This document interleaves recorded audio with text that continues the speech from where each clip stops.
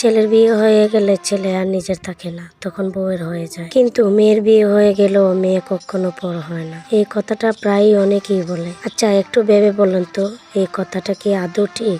আসলে কথাটা হচ্ছে, আপনি যদি আপনার মেয়েকে কোনো কিছু দেন, তার বিপরীতে আপনি তার কাছ থেকে কোনো কিছু আশা করেন না। মেয়ে সুখী হলে আপনিও সুখী হন। মেয়ে কতটা সুখে আছে তার জন্য নিজের তুলনা করেন না। আপনার মেয়ে যদি আপনার থেকে 10 গুণ বেশি সুখে থাকে, তাহলে আপনিও তার চেয়েও 10 গুণ বেশি সুখী হন। আপনার মেয়ে অসুখী না হলে আপনিও অসুখী হন। মেয়ে আর মেয়ের জামার সমস্যাকে নিজের সমস্যাই মনে করে। তাদের যে কোনো বিপদে আপনি তাদের পাশে দাঁড়ান। আপনি আপনার সামর্থ্যের বাইরে গিয়েও আপনি সাহায্য করার চেষ্টা করেন। খুবই ভালো কথা। অন্যদিকে ছোটবেলা থেকে নিজের ছেলের পিছনে যত টাকা খরচা করে, মনে মনে ভাবতে থাকেন ছেলে একদিন বড় হয়ে এগুলো রিটার্ন দিবে। দাবিও করেন, অনেক সময় মনে করিয়ে দেন তোর পিছনে এত এত টাকা খরচা করে। ছেলেকে বিয়ে দিয়ে তাকে পর ভাবতে শুরু করেন।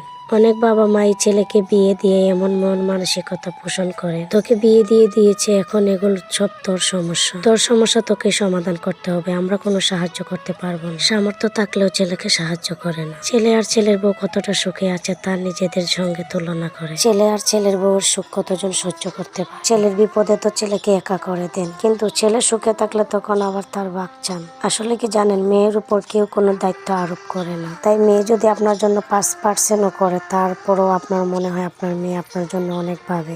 অপরদিকে প্রতিটি ছেলের উপর 100 ভাগ দায়িত্ব আরোপ করা হয়। ছেলেরা যদি 70 থেকে 80 ভাগও করে, বাকিটা যদি নাও করতে পারে, তখনই আপনার মনে হয় আপনার ছেলে কত খারাপ। অপরদিকে মেয়ের জন্য আপনি কত কিছুই করেন, তাকে পড়ালেখা করিয়ে তার বিয়েতে 10 লক্ষ টাকা ভেঙে দিলেও আপনি তাকে কখনো বলেন না তোর বিয়েতে এত টাকা খরচ করেছি, সেটা দিতে হবে। বরং খুব শখ আহ্লাদ করে তাকে বিয়ে দেন। অপরদিকে ছেলেকে পড়ালেখা শিখিয়ে তার ব্যবসা করার জন্য 2 লক্ষ টাকা দিলেও বারবার মনে করিয়ে দেন যে তোকে 2 লক্ষ টাকা দিয়েছি, সেটা তোকেই দিতে হবে। এবং কি চাকরি করলেও বারবার তাকে মনে করিয়ে দেন তোর পড়ালেখার পিছনে অনেক টাকা খরচ করেছি এবং সেগুলো রিটার্ন তোকেই দিতে হবে। কিন্তু একটা মেয়ের উপরে এই প্রেশার কখনোই থাকে না। মেয়ের বাবা বা মেয়ের জামাইকে যে পরিমাণ সম্মান, শ্রদ্ধা ও ভালোবাসা দেয়, ছেলের বউকে কি ঠিক ততটাই সম্মান, ভালোবাসা এবং শ্রদ্ধা করে? না, করে। ছেলের সমস্যাকে নিজের সমস্যা মনে করে না, ছেলের বউকে কোনোদিন আপন মনে করে নিতে পারে না। আসলে আমাদের বাংলাদেশে অনেক বাবা মায়ের সাথে সারিতে শক্ত বেড়া জালের মতো, আর এজন্যই আমাদের সংসারে এত সমস্যা হয়।